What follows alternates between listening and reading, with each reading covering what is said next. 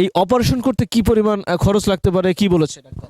Doctor বলেছে ওটিতে লাগবে 2.5 লক্ষ টাকা। এখন এতগুলো রিপোর্টের যেই মর্ম কথা বা সারমর্ম সেটি হচ্ছে ওকে এই মুহূর্তে অপারেশন করতে হবে। অপারেশন করতে খরচ হবে 2.5 লক্ষ টাকা।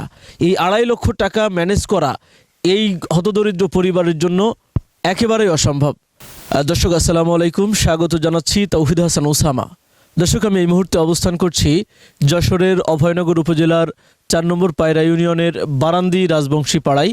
মূলত কিছুদিন আগে খবর অভয়নগরের কাছে একটি ফোন কল আসে। সেখানে বলা হয় এই রাজবংশী পাড়ার একটি ছেলে সে হঠাৎ করে দারুণভাবে অসুস্থ হয়ে পড়েছে এবং তার যে অসুস্থতা সেটি আস্তে আস্তে একটা বড় ধরনের রোগে পরিণত হতে যাচ্ছে।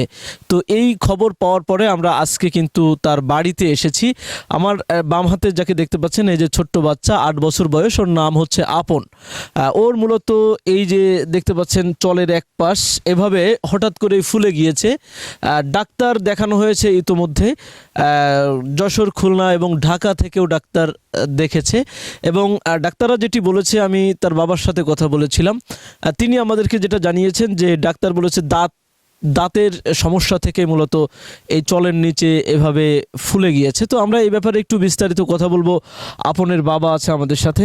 আপনার নাম কি? সুজন বিশ্বাস। সুজন বিশ্বাস। আপনি কি করেন? মাছের কাজ করি, জালের কাজ। মাছের কাজ করেন, জাল টানেন, তাই তো?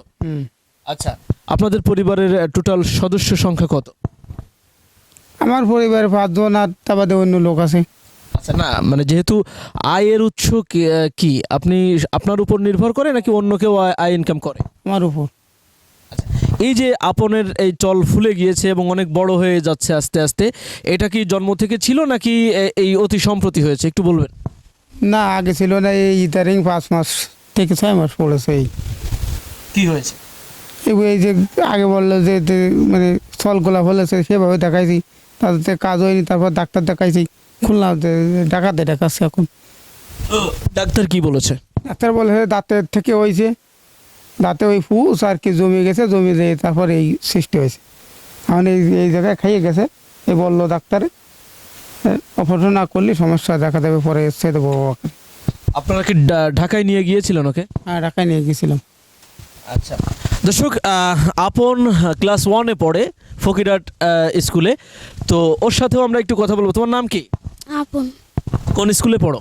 অনেক। বয়স কত? 8। 8। তোমার এই যে সমস্যা, কি কি সমস্যা হচ্ছে বলো তো একটু? খালি কামড়াচ্ছে, কামড়াচ্ছে, ব্যথা করে? খালি কাটা জায়গায় ব্যথা করে। হ্যাঁ, এই কাটা জায়গায় ব্যথা করে। কোন জায়গায় কাটা? এই জায়গায়। ও, ওই জায়গায় কাটা কাটা হয়েছে, ওই জায়গায় ব্যথা করে। ঠিক আছে, যাই হোক দর্শক, আমরা কথা বলছিলাম ছোট্ট বাচ্চা আপন। ও আসলে এখনো ওইভাবে বলার মতো হয়ে ওঠেনি, পড়ালেখা করছে। আমরা এতক্ষণ ধরে শুনছিলেন তার বাবা বলছিল যে ঢাকায় নিয়ে যাওয়ার পরে চিকিৎসকরা যেটা বলেছে যে দ্রুত ওকে অপারেশন করতে হবে। এই অপারেশন করতে কি পরিমাণ খরচ লাগতে পারে কি বলেছে ডাক্তার? ডাক্তার বলেছে ওটিতে লাগবে 2.5 লক্ষ টাকা। এখন আচ্ছা, অপারেশন করতে 2.5 লক্ষ টাকার দরকার এবং এই অপারেশন যদি না করা হয়, ডাক্তার এও বলেছে যে পরবর্তীতে বড় ধরনের ক্ষতি হতে পারে বা বড় ধরনের ব্যাধিতে আক্রান্ত হতে পারে। আমরা সে নামটা নাই বললাম।